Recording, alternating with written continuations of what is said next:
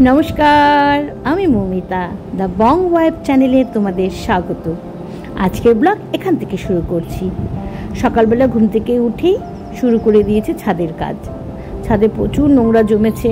আগের ব্লগে হয়তো দেখিয়েছি তোমাদের, অনেক কাজ করেছিলাম ছাদে।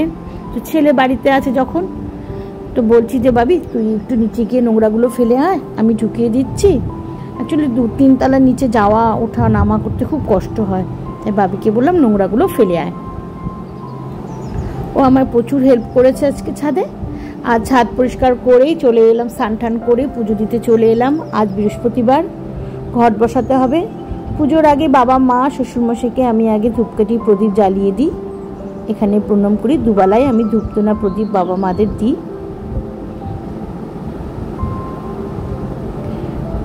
বৃহস্পতিবারের পুজো দিয়ে দিব। ওদিকে ঝর্ণা রান্নাবান্না শুরু করে দিয়েছে। আজ আর ঢুকিনি, কারণ ছাদে প্রচুর কাজ করেছি। ছোটুর সাথে ছোটুর দাদা প্রচণ্ড খেলা করছে। বাবি মাঝখানে শিলিগুড়ি গিয়েছিল ঠামার কাছে, ও 2 দিন থেকে এসছে। তার জন্য ভালোবাসাটা একটু বেশি বেড়ে গেছে 2 ভাইয়ের মধ্যে।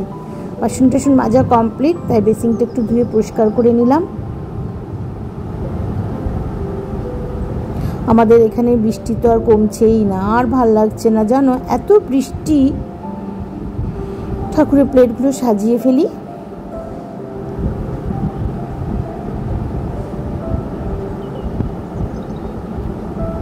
বৃষ্টি আর কমার নাম নেই, সারাক্ষণ ধরে বৃষ্টি হয়েই যাচ্ছে। একটু কমেছিল আজ, যেই দেখেছি আজ একটু বৃষ্টি কম, বাবা চলো ছাদটা আগে সব নোংরাগুলো ফেলে দিই ফাটাফাট। ছাদে প্রচুর নোংরা জমে গিয়েছিল। আবার রাত হতেই বৃষ্টি নেমে যাবে। পাঁচালি পড়া শুরু, ঘট বসিয়ে দিয়েছি।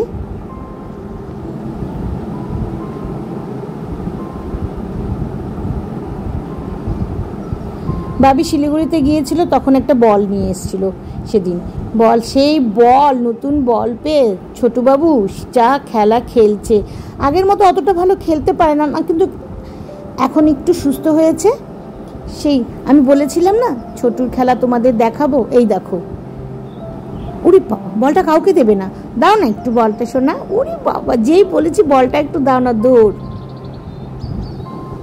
এই দেখো, নতুন বল পেলে যে খুশি হয় না। বললাম না চেন্নাই থেকে আর আসার সময় ওর জন্য বল নিয়েই আসতে হবে।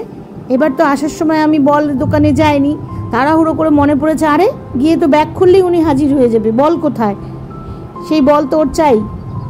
দাদা বল নিয়ে এসছে, এই প্রথম ওর দাদা বল নিয়ে এলো, তার জন্য বেশি খুশি। ওরে বাপরে বাপ, এই মাথা আর ওই মাথা, ওই মাথা আর এই মাথা বল নিয়ে। ও এটাই চায়, সবাই চাবে ওকে, ওর কাছে বলটা দাও, বলটা দাও, বাস। তত তার দৌরত্বটা বেড়ে যায়। ওই দেখুন আমার সামনে দিয়ে যাচ্ছে আর আসছে। আরে দাঁড়া, একটু খেলা কর বল নিয়ে। দেখছে কেউ তো ডাকছে না, দাদাও ডাকছে না। এই দাদা বেরিয়ে এসছে, দাদাকে দেখে লেজ নাড়ানাড়ি। উরি বাবা, উরি বাবা, উরি বাবা, উরি বাবা, উরি বাবা, বাপরে বাপরে বাপরে বাপরে। কি হলো, বলটা দাও, একটু খেলি আমরাও, দাও। না দেবো না। ওরে বাবা, উরি বাবা, উরি বাবা, উরি বাবা, উরি বাবা, উরি বাবা। বল মুখ থেকে ছুটছে, আবার নিজেই ধরছে। ওই দেখুন বল কিভাবে পাহারা দিচ্ছে 2 পায়ের মাঝখানে। একটু দাদা ডাকলো, একটু দাদাকে আদর করতে হবে তো, কারণ দাদা বলটা নিয়ে এসছে, এখনই ভুলে যাই কি করে। তাই দাদাকে একটু আদর করে দিয়ে আসলো। ওই দেখুন কাউকে বল দেবে না। খেলতে খেলতে মহারাজে হিসু চেপে গেছে, এখন হিসু যাবে, এখন বল টল না। বাবা বাবা বাবা, আমার প্রচণ্ড হিসু পেয়ে গেছে। দেখুন কি সুন্দর দরজাটা খুললো, ও সব পারে। আলগা করে দরজাটা আটকে এত সুন্দর করে দরজা খুলবে, মশারি খুলে ঢুকে, মশারি ঠিকঠাক করে গুজে রাখলেও কি করে যে মশারি ও খুলতে পারে জানি না। ওই দেখুন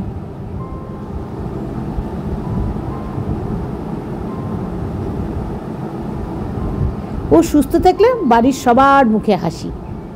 আর ওর কিছু হলেই না এত মন খারাপ লাগে, বোঝাতে পারবো না। যারা কুকুর পোষেন তারাই বুঝতে পারবে যে ওদের কিছু হলে কি কষ্ট হয় মনের ভিতরে, নিজের সন্তানের থেকেও বেশি।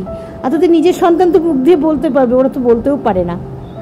বাস, ওর বাবাও চলে এলো। হ্যাঁ, এখন ওর বাবাও খেলবে। এই যে ক্যাচ।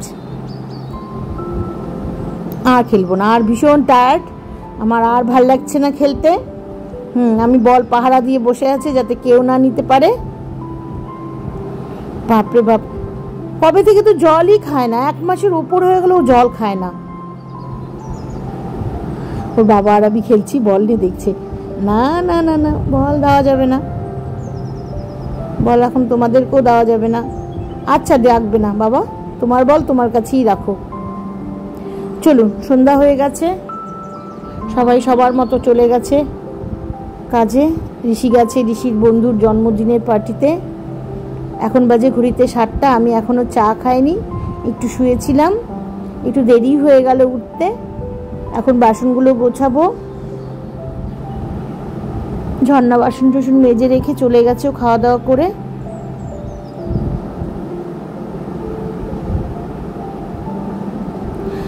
জল ঝরতেই চায় না এত ওয়েদারে। এখন মানে কি বলবো, কখন বাসন মেজে গেছে, জল থই থই করছে, তাই মুছে মুছে সব বাসনগুলোকে ঢোকাতে হয়। নিন, আমার বাসন গোছানো কমপ্লিট। এবার আমি চা খাবো। বেসিংয়ে নোংরা পড়েছিল, একটু ধুয়ে দিলাম।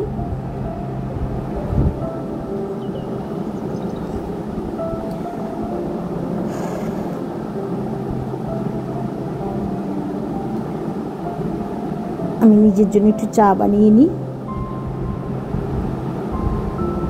বাড়িতে কেউই নেই, ছেলেও নেই, হাতাগুলোর মধ্যে জল ছিল তাই মুছে রাখলাম।